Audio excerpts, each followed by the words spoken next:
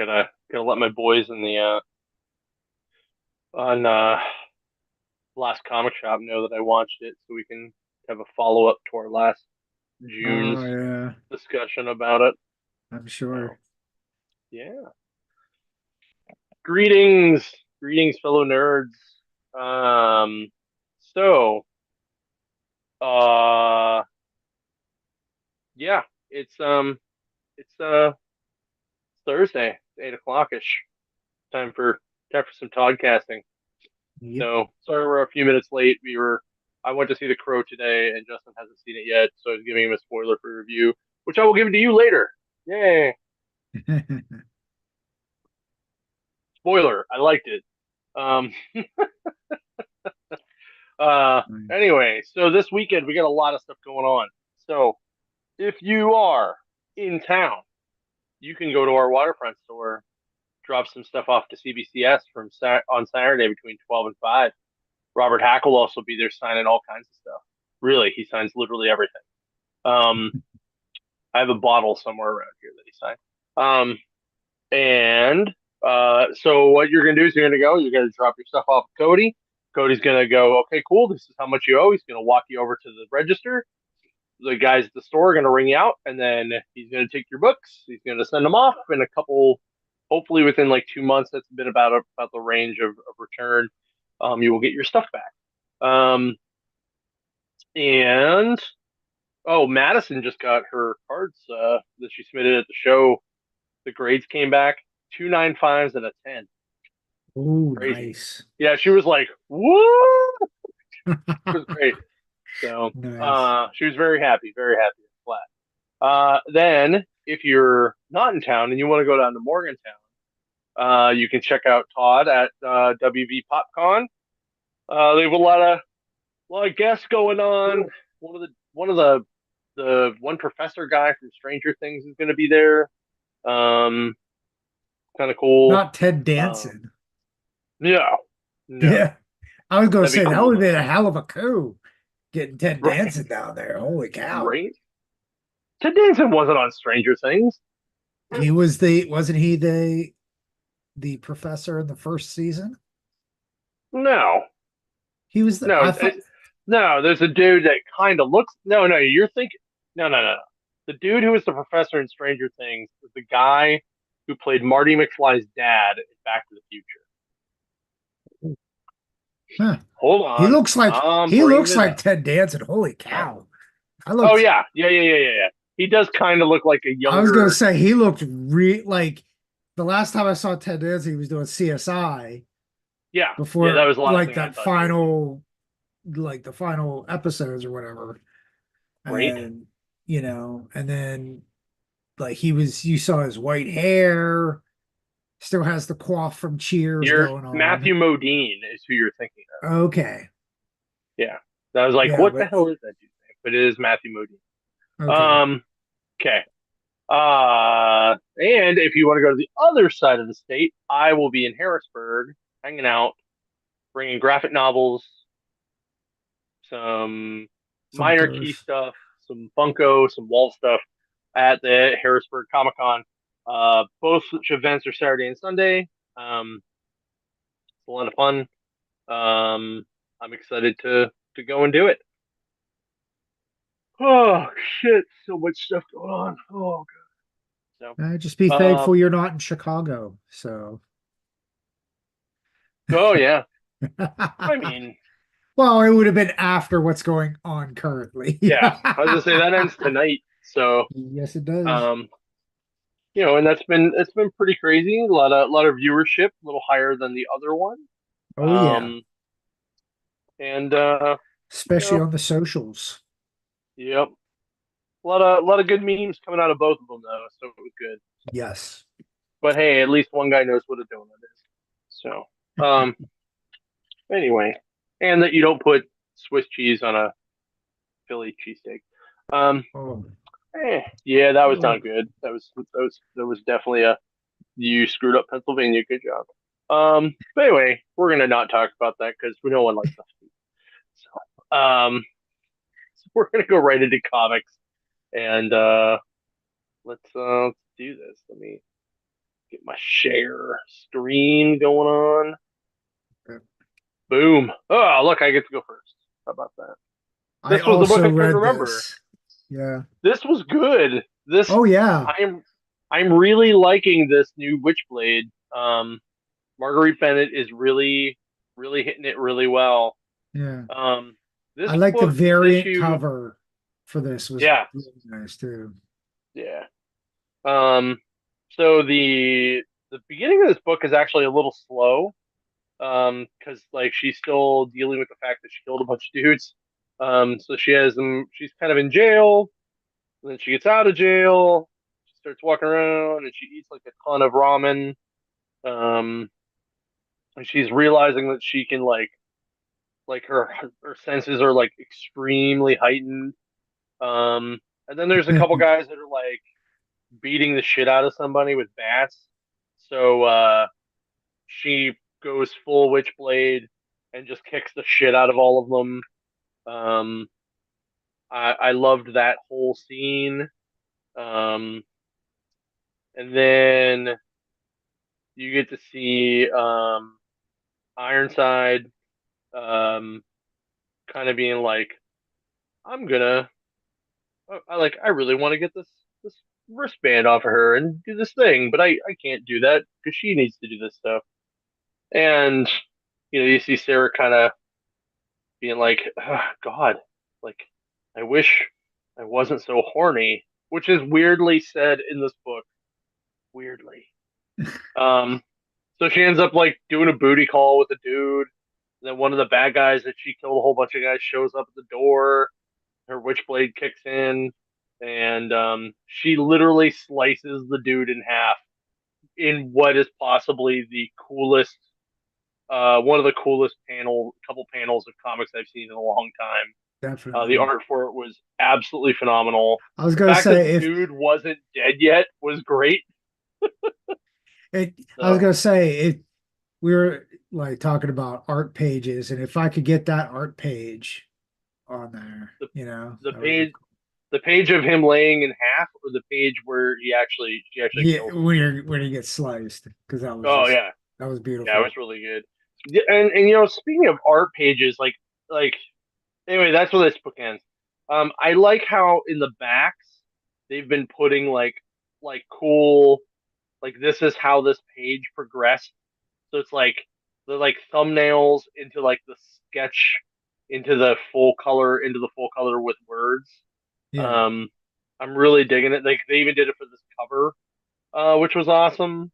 Um, and a couple of the variant covers too. Um, so I've been really digging this book a lot. Uh, it's nice to have Sarah back. I like the new look. I like the vibe of this book. It's very classic. Um, so yeah, I'm gonna give this book. Uh, let's go with a Western omelet with extra spicy cheese, a little bit of salsa on top, but no sour cream. Ooh. It's been very good. I dig it a lot. So, all right, your first book, All right. which by the way, I think I picked the dumbest looking cover for this because it's the main cover, and all of the variants for this book are so much better looking. Oh yeah. Yeah, I picked up I the one where almost put up the he's Saturday riding morning cartoon one. I I picked up the one where he's riding the Triceratops because that looked Nice. really badass. Did you see But the Saturday morning one? Because that's my favorite. I didn't actually. I'll try to find it here while you're Yeah. doing your But review. yeah, we got a Wolverine's Revenge #1. Like I said, as a Wolverine fan, this has been the year of Wolverine like books, good, bad, in between. Um, there's been more good than bad. Uh, this one definitely I was not expecting Hickman to write this. I didn't even think it was him and Marvel were on good terms. So, Fair. especially after the whole X-Men Krakoa era there, I was not expecting this. So, um, and art, of course, done by Greg Capullo, who hasn't done Wolverine in a long time. So it's nice to see Capullo do something other than Spawn Or uh, Batman. or Batman. Yeah, Capullo. So you got the in between with Wolverine, who's basically kind of Batman with extraordinary powers. So, but basically, Wolverine is in the Savage Land, which is where the dinosaur theme for most of these covers came from. He's helping the local tribe hunt what they called as a monster, which in the Savage Land, what is a monster? It's a dinosaur out of control. Um, and of course, the dinosaur is like comes towards him. The tribe runs. Wolverine just smiles and he's like, some exercise, and just starts slicing and dicing them. And before he could finish the kill, though, you see this laser shot come and totally decimate it. Uh, and we see Nick Fury and what looks like all the beloved members of Shield that everybody knows. The uh, Doug Doom and Nice. who else? I'm trying to remember her name and it's slipping my mind. Quake. No, No. Maria Hill. Maria Hill. Yes. So it's and Nick's like, Wolverine, we need your help. While you were down here, uh, things in the world have been going topsy turvy, and Wolverine's like, I don't care. And he's like, oh, you will. Um, so he's like, come on, they finally convince him. He's up there, and you see Cap and Bucky, Winter Soldier Bucky. Um, Hmm. and Nick explains that Asteroid M imploded in Quebec, devastating like basically most of the Western Hemisphere.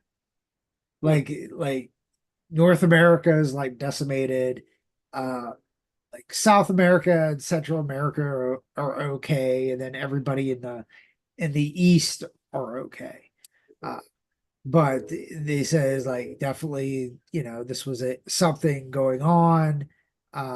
Millions of people are either dead, dying, and Asteroid M caused like an EMP, so there's a lot the electronics are like all messed up everywhere. So Wolverine's like, well, why didn't Shield take care of this? What do you need me for? And he's like, the three helicarriers that we are currently flying in the air are the last three helicarriers, period. There are no more. That is what's left of Shield is three helicarriers. Um, So they're trying to figure out what caused this, and we find out that the Brotherhood was somehow involved in this, um, and that they have working facilities where no one else in the general world has it. So, the Brotherhood is being led by Mastermind. Mm. So they're heading towards where they've tracked the Brotherhood. All of a sudden, one of the helicarriers explodes. One of the Shield colonels gets his mind taken over by Mastermind and ends up firing on uh, the one helicarrier, and then they find that out. They're like, "Jump! Everybody, jump out!"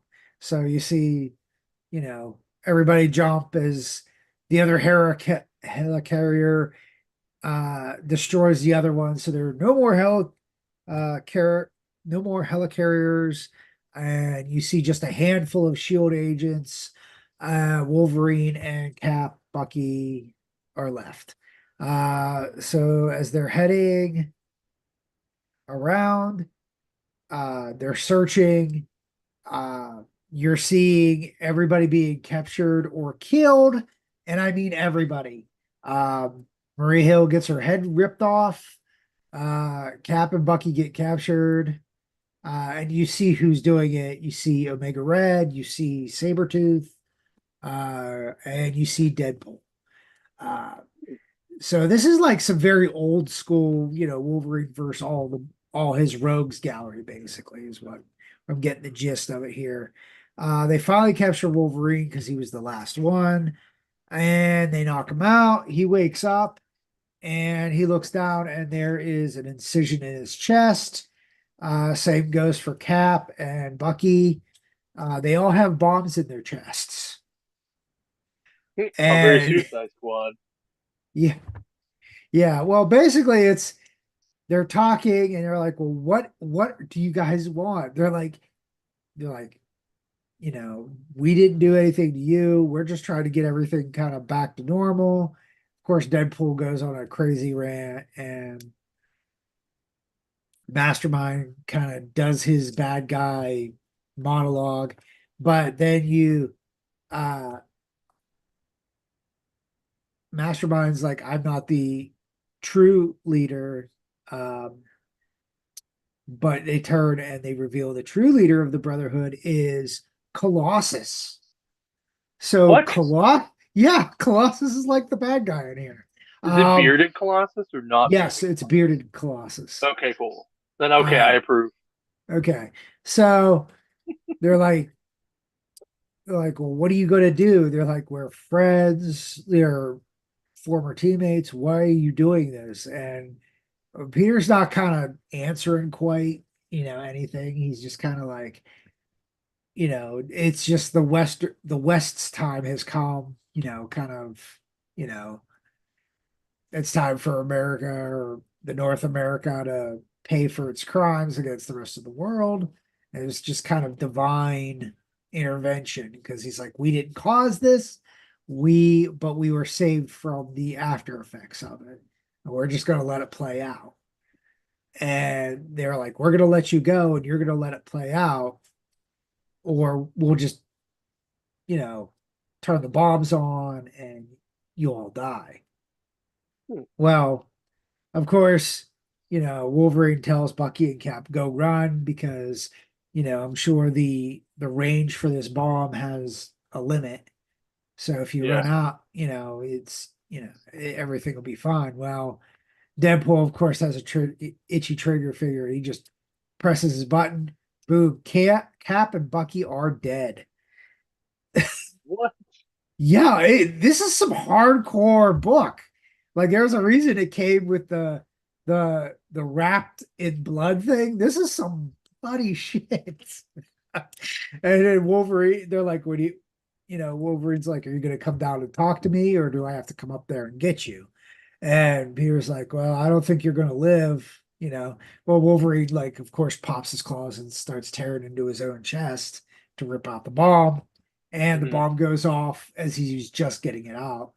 So, and it's kind of where it ends. He's reforming himself because that's what happens with Wolverine. So, I can't wait to see where this goes. Bravo Hickman for some serious hardcore in the first book, killing off not only like Shield, but Cap and Bucky. Bravo.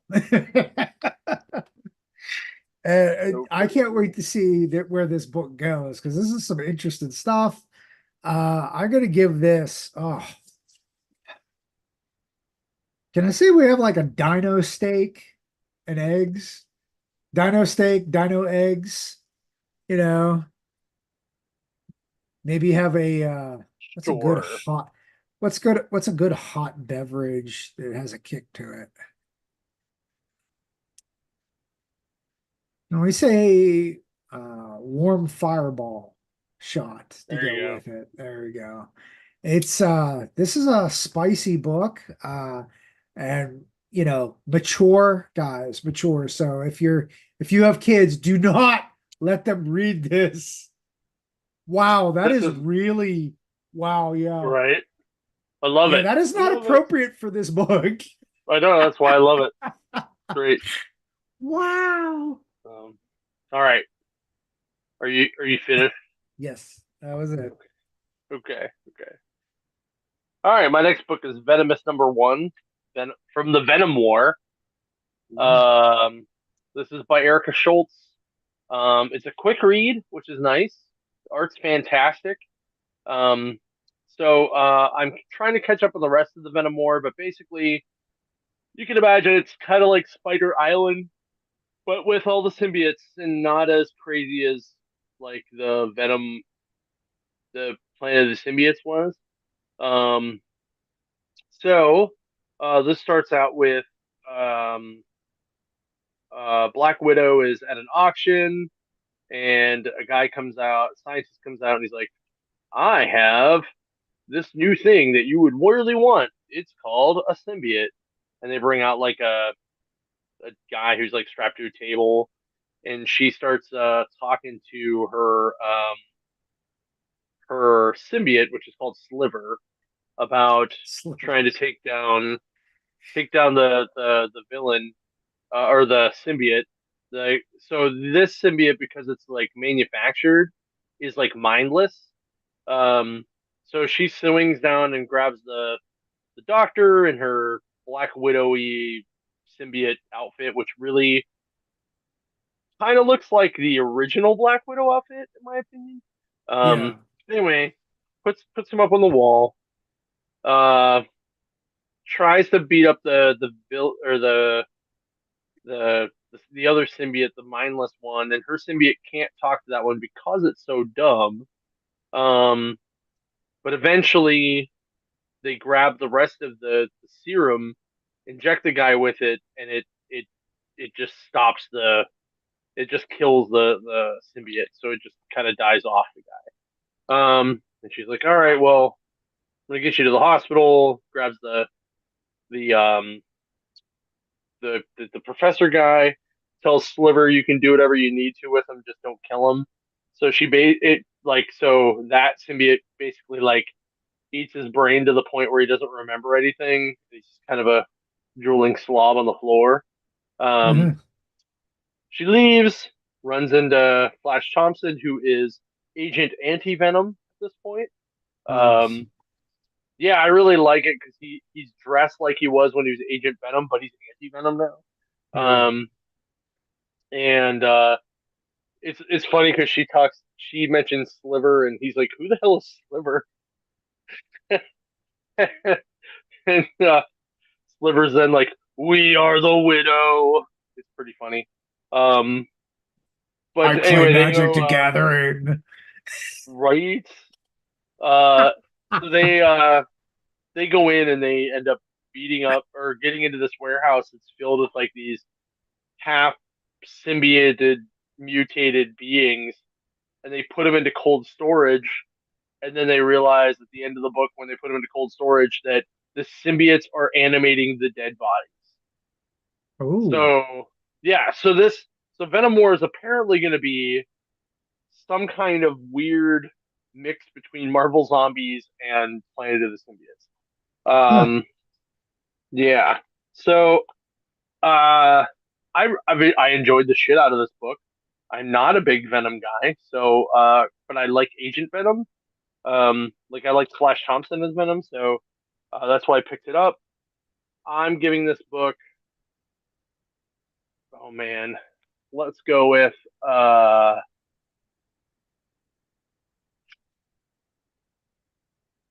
um weirdly, I'm gonna give it a bowl of ice cream for breakfast because it's just that weird, right? Huh. Like it's just like I don't really know what's going on. If someone walked out with a bowl of ice cream for breakfast, you'd probably also be like, I don't really know what's going on with this guy. So that's where I'm gonna go with that. But it was good. It Nice. was enjoyable. It was a very quick read, which I appreciated because a lot of books lately have just been really long. Um, so yeah, check it out. Nice. Oh, now we got giant size Thor You're #1. a giant sized Thor. I mean, what? Ah, so we open this book with uh Thor talking to the spirit of the tree. in Asgard. Of Well, Yggdrasil? he thinks he's talking to it. It's not really talking to him, but he thinks it's who he's talking to. Okay. And then I guess he rips out his one eye, and he was gonna, you know, and then we get flashed into what's going on, like I guess in reality, where we see a bunch of aliens praying, um, like you do where when Galactus comes to eat their planet, you always see like the aliens praying, "Dear God, let him spare us," type thing. Oh, That's what right, it's right. kind of feels like in this, except it's not Galactus; it's a giant sized robot shaped like Thor. Is it a clore like his Yeah, clone? no, Oh, oh, no, it's Robot Thor. it's robot Thor. Oh, So even better. you got Thorbot. There we go. You got a Thorbot in there, and it comes onto the planet's surface. Would you call it thought? Yeah. Oh. Sorry, bad, bad And innuendos. Wrong, wrong, bad, John, bad. Go ahead, continue on. this is a PG-13 podcast, folks. We're slowly I do going into always check the R. box that says we're probably going to swear on it, so whatever. All right. This is And it just. looks I mean, like, it is giant size. yeah, it is. Uh, The oh, and thought it book. is We're Thor. okay. Hey, Uh, but it looks like the the bot is being run by, I want to say this is the Kree, the blue skin probably. Kree. Okay. Well, the Kree are using Thor as the engine for this Thor bot. So you see him all hooked up, kind of like very Matrixy, where he's like hooked up all and his helm is actually the visor that's like Yeah. inserted into his head. Um, and the bot starts, of course, shooting lightning all over the place because that's what Thor does, is shoot lightning everywhere. It Well, is as true. this is going on, you see we see Hercules flying in a guardian ship. Um, and in Guardians, I mean Guardians of the Galaxy, as he is talking to Rocket, who is bitching him out for taking the ship, going, "What are you doing? We're supposed to go drinking." And you're like, "You just up and left with our ship. What are you doing?" He's like, "I am the god of heroes. And so, this planet needs a hero, blah, blah, blah." And Rocket's like, We're going "What the?" drinking. It's fun. He's like, "What the hell are you talking about?" Like, Rocket is just being, you see like this holographic Rocket just like yelling at him and screaming at him. And as the ship's going towards the planet, of course the Kree are detect like, "Hey, incoming ship. Well, let's blast it with the Thor lightning." So they shoot lightning at it. And of course, the Guardians ship's shields hold, and you see the lightning kind of bounce off. Uh, and they're starting to panic a little bit. As this is going on, we get like a dream flash into, I guess you want to call it, into Thor as he's talking to the spirit, going, "What am I to do? Am I to, sacrifice my eye like father?" And the spirit that he was talking to in the first panel here was saying, "No, your father already did that. You have to go beyond this." So next thing you know, he's like reaching, you see him reaching, and he's like literally tearing like both his eyes out and like part of his upper head. Like he's just like gouging himself. Okay. And of course, while this is happening, the Kree are panicking because what's going on? The bot's losing power, this, that, and the other. And of course, Hercules crashes the ship into the bot and starts all sorts of havoc. Uh, where he finds Thor, whose face is all mangled. You don't see it completely. You just see like they kind of black out his face, but you can tell there's damage because there's blood dripping. Hmm. And he's like, well, there's nothing that the Odin like force can't fix, you know. So it slowly fixes his face and everything. Then he's like, I sacrificed, you know, like part of me to, you know, gain further wisdom. And then it just becomes a giant, you know, brawl as the Kree get their butts handed to them by Hercules and Thor. It's pretty much just a bloodfest at that point because it's just those two together are just going to beat the crap out of the Kree, you know, no matter Hmm. who they put in. And that is the end of this story as they, you know, they help the planet and they apologize for what happened. And that's the end. Um, but the other half of this Thor book is the classic is I want to say this looks like a 80s reprint of Hercules versus Thor fight Cool. on Earth, which is fine. Like it's a cool little reprint. You know, I read the story and I'm like, oh yeah, this is totally 80s, early 80s, late 70s.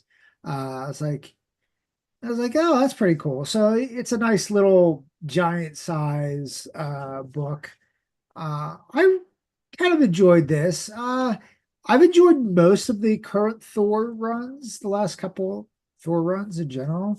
Hmm. Um, but I always like looking at stuff from the past because I never read Thor before like Donny Cates really kind of remade them, you know. So That's fair. I mean, I want I mostly read like the Ron Friends stuff. So, yeah. and then um the Matt Fraction stuff, and then the Jason Aaron stuff. So, Yeah, so it's um this was pretty good. I'm gonna give this like 2 eggs. Give me a sausage, a couple pieces of bacon, and give me some home fries with that too. This was a good ooh, hearty book. Fans of Thor are gonna love this. mhm. Fans of Hercules are gonna chuckle and love this. Um, because it's typical Hercules and typical Thor, you know. Uh, so it's by far not the worst book I've ever read. Uh, Definitely above average. You know, the art was excellent. You know, both Cool, ends. So awesome. All right, my last book, Red Coat number 5. So, this book, at the end of the last book, we were all like, "Oh, son of a bitch, George Washington is the bad guy. It's the other immortal, crazy guy that's hunting him down." Well, at the beginning of this book, they talk about how he's like, "Oh, well, George Washington was like crazy, and he put himself on the dollar bill, and because he was the immortal, and da da da da da." And then they kind of go through this fight of where they're basically like Einstein, you can't go through this stuff anymore. Like we don't need you to do stuff. And then all of a sudden the bad guys throw the liar's axe or the liar's hatchet at Simon. It scratches or it cuts him, so now he's been cut twice in the same day. They need him to cut 3 times to kill him. Um, the I can't think of his name. Benedict Arnold um, saves them, gets them out of from stuff. They end up at J.P. Morgan's daughter's place, um, and they find out that these guys are having some kind of meeting, and she's like, "Oh, I might be able to get you in, whatever, cool." So they basically have a fight of like, "No, Einstein, you have to leave." And when he finally gets rid of him, they go and they get on this big freaking boat, which is where the meeting is going to be, and uh, Simon ends up getting hit again with the axe, and this time he starts glowing, and you find out that actually Benedict Arnold has been impersonating George Washington this entire time, and Benedict Arnold is actually the leader, and he is the grand architect of the bad guys. Um, This book has just become like a personal, amazingly good favorite of mine. It's got everything you need. It's got weird sci-fi. It's got magic. It's got history, like sort of history. Um, it's it's a lot of fun. It's got Einstein as a kid, but he likes magic instead of science. Um, it's all kinds of good. I give this book um like the all American slam from Denny's. So super super good. I'm really enjoying this book a lot. I love a lot of the Ghost Machine stuff that they're doing in general. Make sure you check it out. All right, while you review this, I'm going to run downstairs for a few minutes. I'll be right back, but I'll be able to All hear you. So, right. Okay. We got Rat City number 5. Now I know John read the first two, and I've been stealing my reading it book. as well. But I'm a Spawn guy, and I love this story. This is by far my favorite of the new Spawn books uh, from this year. So, but we left off with was it the Dr. Emon um, holding a gun to the Lieutenant Carnan and uh, Quinlan? Yeah, Quinlan. Um, and you kind of get a flashback to the backstory for Dr. Boz and Dr. Amon and how they met and how they started working together. But you get like this shady corporate guy, very similar to kind of like a Jason Wynn, if we're going to go in the Spawn universe. This feels like very Jason Wynn, or maybe like a Violator, like disguised as a human. We don't know yet. That's not revealed, but you do get more of how Dr. Aaron's slowly kind of going insane, always accusing Dr. Boz of trying to uh, take his work, take credit for his work, what have you.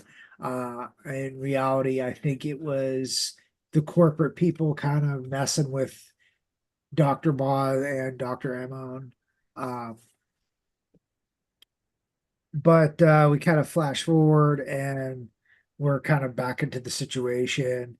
Uh, he demands to know like how the lieutenant's suit works, doesn't realize that this is more of a uh, mystical, supernatural thing than it is a scientific thing. Um, and he's also asking where his files are at, which Quinlan's like, there are no files here. I don't know what you're talking about. Um, and we see Dr. Emma like fire this blaster, just gun, whatever it is, at them. And um, you don't think it really hits anybody. At least it doesn't, the book doesn't show that, but the lieutenant starts hallucinating.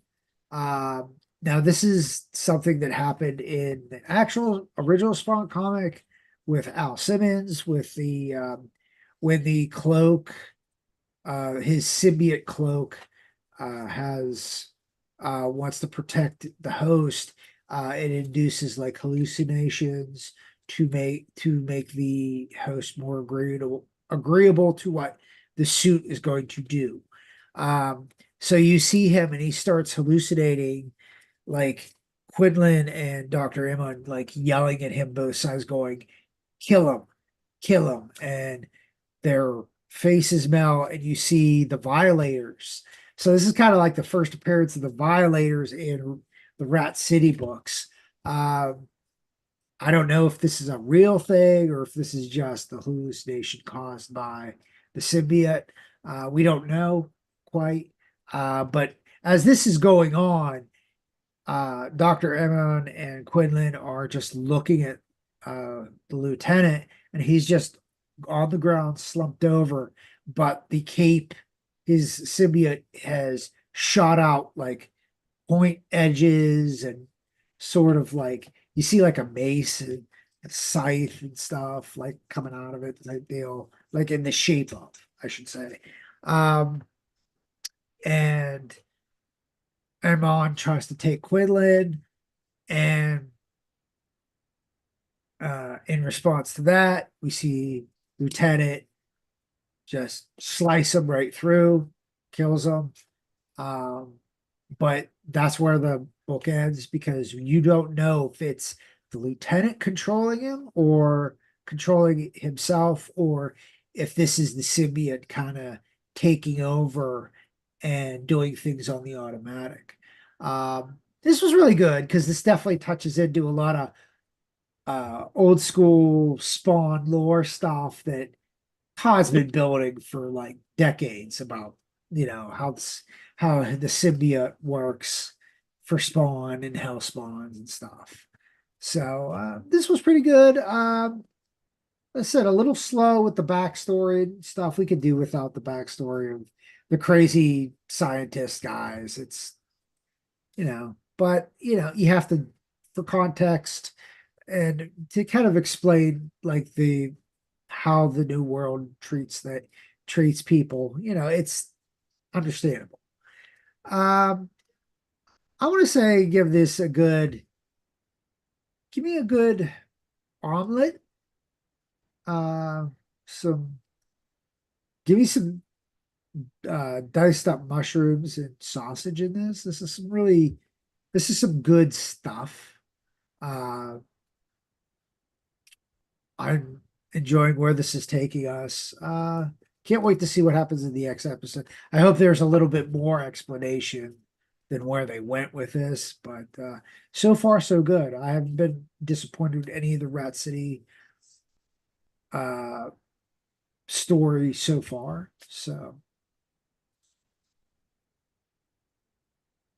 Cool. plus I like the variant is very nice as well. That's the one I took. I took the cover B. It's very nice. I took cover. So I almost always take cover A unless it's like something really, really crazy. So I usually do too, but I definitely look at some variants that will speak to me, and I'll be like, I kind of like this cover slightly better than the cover A, you know. So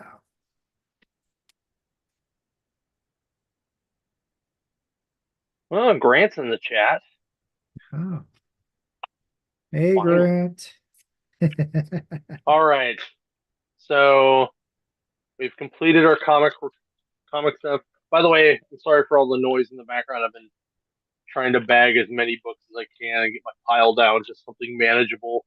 But by manageable, I basically mean like stuff that I'm going to take to this con this weekend. So while I'm at the hotel, I can, you know, like catch up. So I'm taking like 35 books with me to read this weekend. Um, so hopefully I'll get to them.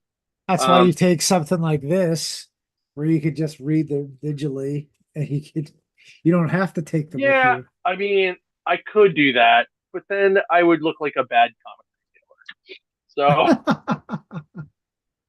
So, but yeah, so I have two store folios ready to go, and then I forgot that I had Sunstone Volume 8 sitting here too. So I'm like, shit, do I take you or do I not?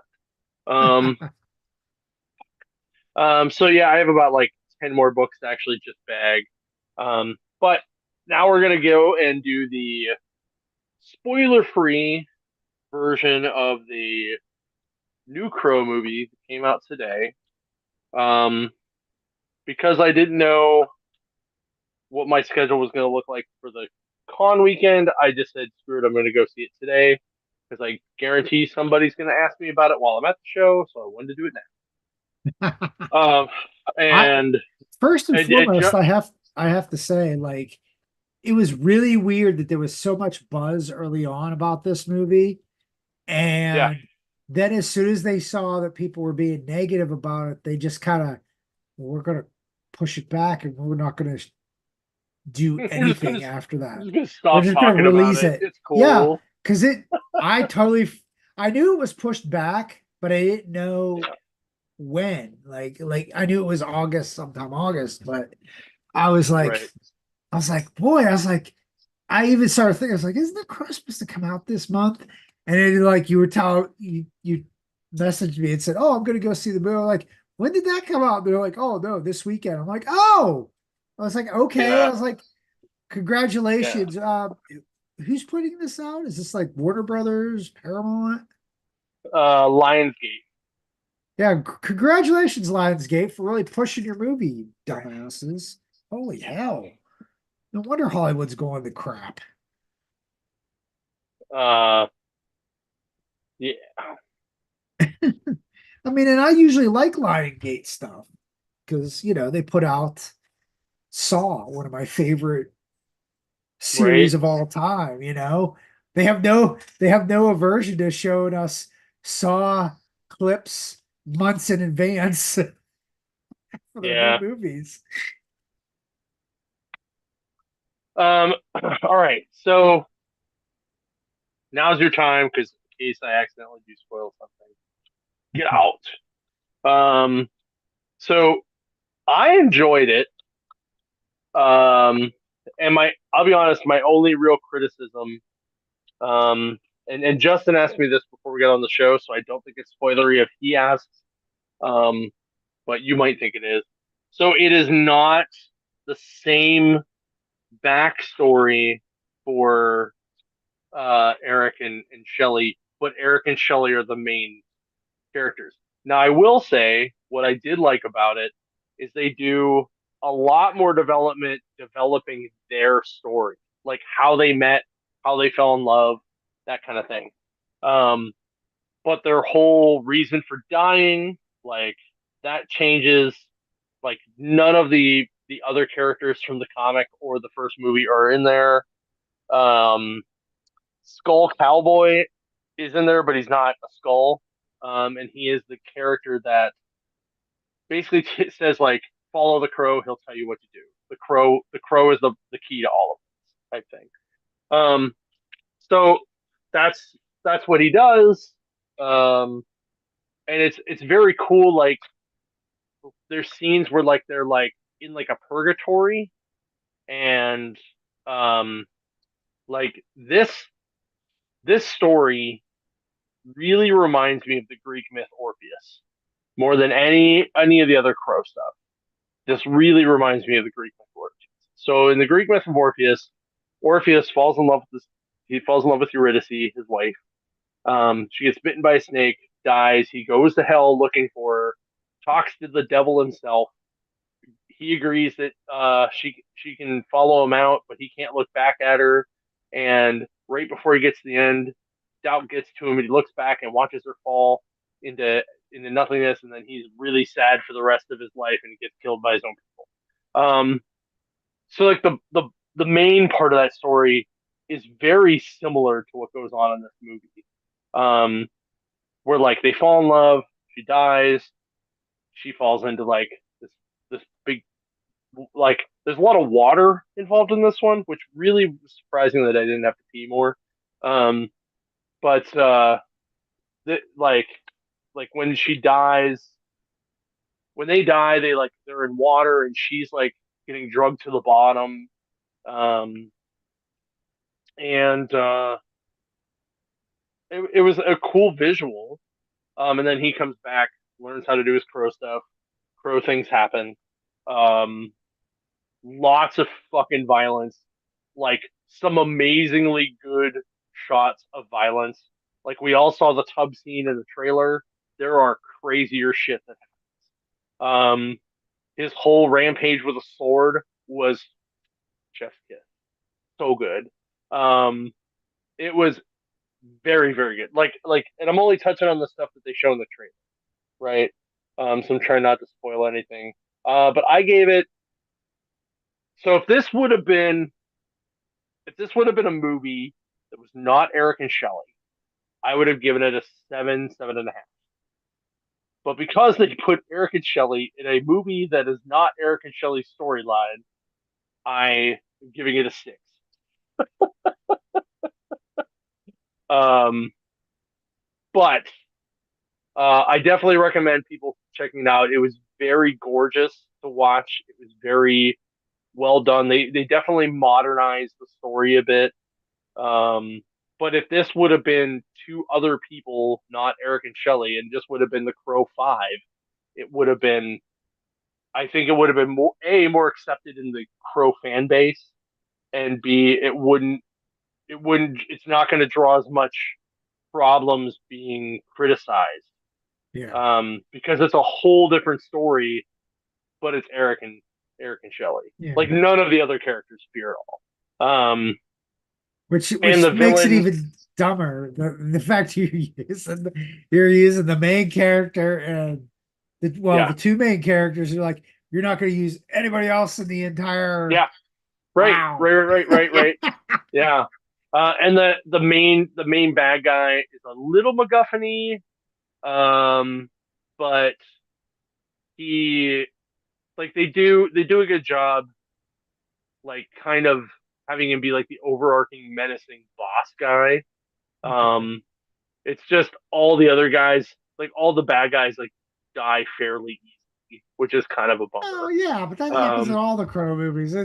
right, There are right, no bad guys. Like none of the henchmen last very long, unless right, you're right, right, right, unless right. Wicked Prayer.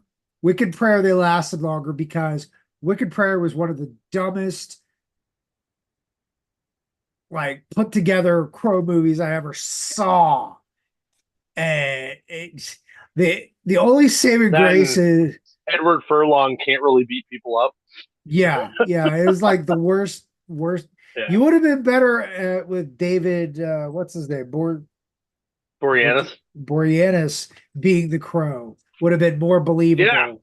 yeah, right, Instead, yeah. but I mean, he did a good job being what Satan or Lucifer, or whoever he was supposed to be, and Whatever the Native American version of that is, because that's well, he just said I the think devil. That's they never really, yeah. Um, yeah, it's okay. So in the hierarchy of Crow movies, um, I'm I'm putting it at number 3 of 5, and it's a very close to like it's 3, but it's very close to 2. Like 2 and 3 are very very close. So I put the original first because not only was the scoring and the soundtrack great, the movie was also very good and told well. Um, the second one, um, I like uh, Salvation, which was the yes, third movie, right? Then I'll put this one just underneath that one, and only because like I've seen Salvation a couple times and I like the soundtrack better. yes, The scoring in both movies was great. The soundtrack in Salvation was killer. yeah. Then I'd probably put City of Angels and then Wicked Prayer last because Wicked Prayer was just not Like you good. said, hot garbage. Yeah, it was. For as many stars as they had in it, I would have thought it would have been better because like Tara Reid was in it too. Yeah, Um, the whole cast, they had like Marcy Gray at the height of her yeah, uh pinnacle of her thing, and yeah. who was the old guy? I forget what his name was. The the In the in the Salvation. priest. No, in Wicked Prayer. Oh, He hold was on, hold on. the Let me look it up. he was the head Satan worshiping guy. I forget what his name. God, just looking But at the poster, this movie is awful. Uh, well, Tito Ortiz was Famine. yeah, Marcus Chung was War. yeah, Yuji Yakamoto was Pestilence. yep, Tara Reid was Lola. yep. David Boreanaz was Luke Crash. Rosenberg Sal something was the priest. Edward Furlong was Jimmy Servo, who was the crow. Um, oh, Danny Trejo was in it. Yeah, Danny Trejo played his Was that love's who you were thinking of? father. No, no. He was a Uh, good guy. Okay. Yeah. Oh, Emmanuel Christie was Lily, so she was the love interest. Yes. Uh, It was someone famous. Who was the bad guy in Speed? The actor. in Speed. Speed. Because Oh man, that's who was the he was the evil Satan priest in Wicked Dennis Plan. Hopper. That's it. Dennis Hopper. That's who it was. Was he? Are you sure he was in Wicked Prey? I think so, yeah. Hold on, I'm gonna look.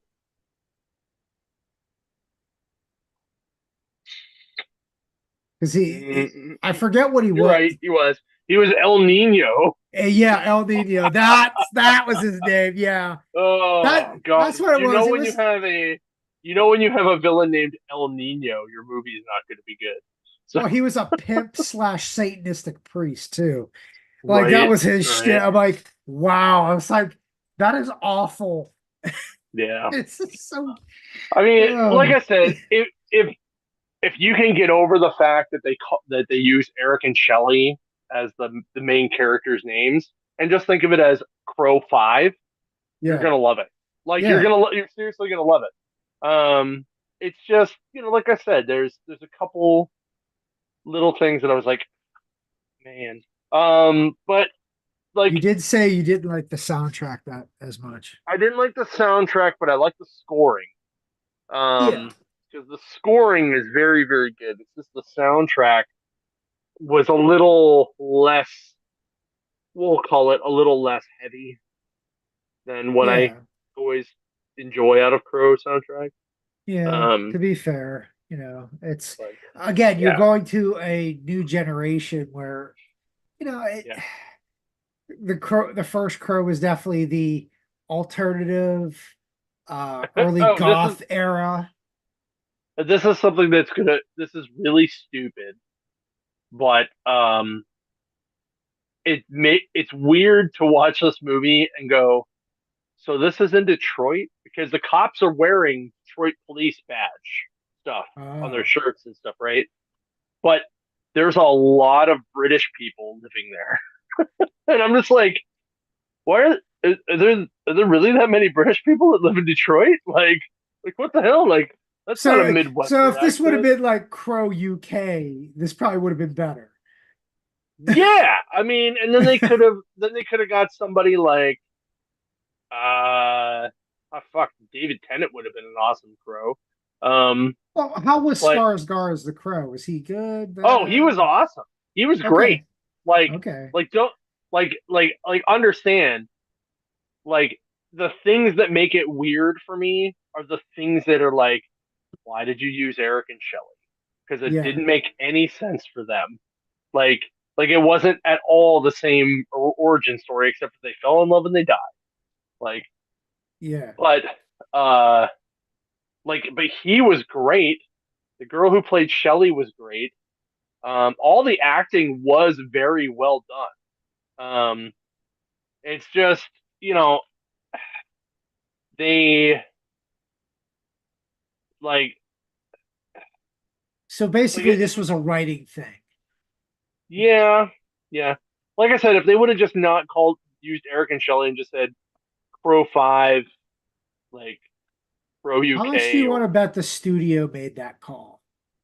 so I was reading some trivia, I guess, on IMDb about it, Uh-huh. and someone said that um there was a version of the Crow that was like a similar. It was basically like a new Crow, different background, different characters. And it was starting to be very good. And that was the one where Jason Momoa was attached. And then they started doing all these rewrites, and it basically became the original movie all over again. And that's when he was like, "Nope, not doing that." So I thought that was a very interesting Well, thing to wasn't think that the of. rumor where he was talking to James O'Barr? Jason Momoa was talking to James O'Barr, Yeah, and how it was like, he wanted to be a Crow, like how yeah, much of a fan of the Crow movies and the Crow comics he is, because Jason Momoa, like Henry Cavill, he's a big geek. He's just a very Oh yeah, sexy, he's gigantic. handsome geek. Who And plays bass? yeah, Plays yeah, heavy metal bass. Yes. yeah. So it's, he again, it's like the cool guy in Hollywood. It's like you got him, you got Henry Cavill, you got Joe Manganiello, Right. these sexy dudes who are geeks and nerds in their own way. And they want to do geeky, nerdy stuff, but they want to do it the right way, which that all the Right. that makes them more endearing even more in the community Mm, of you know what we feel like. You agreed. know if you did it shitty, you not only would you get backlash from us, you would tell yourself, what the hell are you doing? Right. What did I do? What was I doing Yeah. here? Yeah. Yeah. All right. So, going back to a thing that we haven't done in a while that I want to do again because I want to try to keep doing this. Deep thoughts with the deep return. Uh, I was gonna just say, and I'll was that only put a only couple through of the them because boys? well I forgot about it a couple times, so we're gonna Yeah. catch up. All right. So children in the dark cause accidents. Accidents in the dark cause children. Deep thoughts with the deep. Oh, wow. Uh, if Halo 3 is so good, why is there no Halo 3 2? Deep thoughts with the deep. Oh. If a single drop of hand sanitizer kills 99.9% of germs, then put one more drop of the remaining 0.0%. What? Then put one more drop for remaining 0.1% germs. That was a really convoluted one. Let me try to find a better one.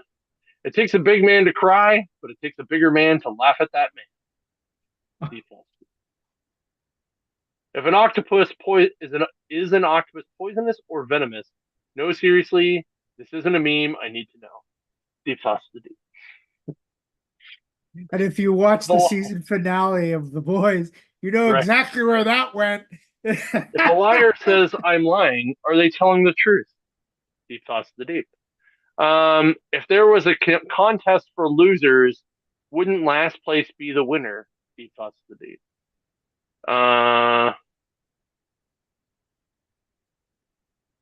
No, that was really dumb.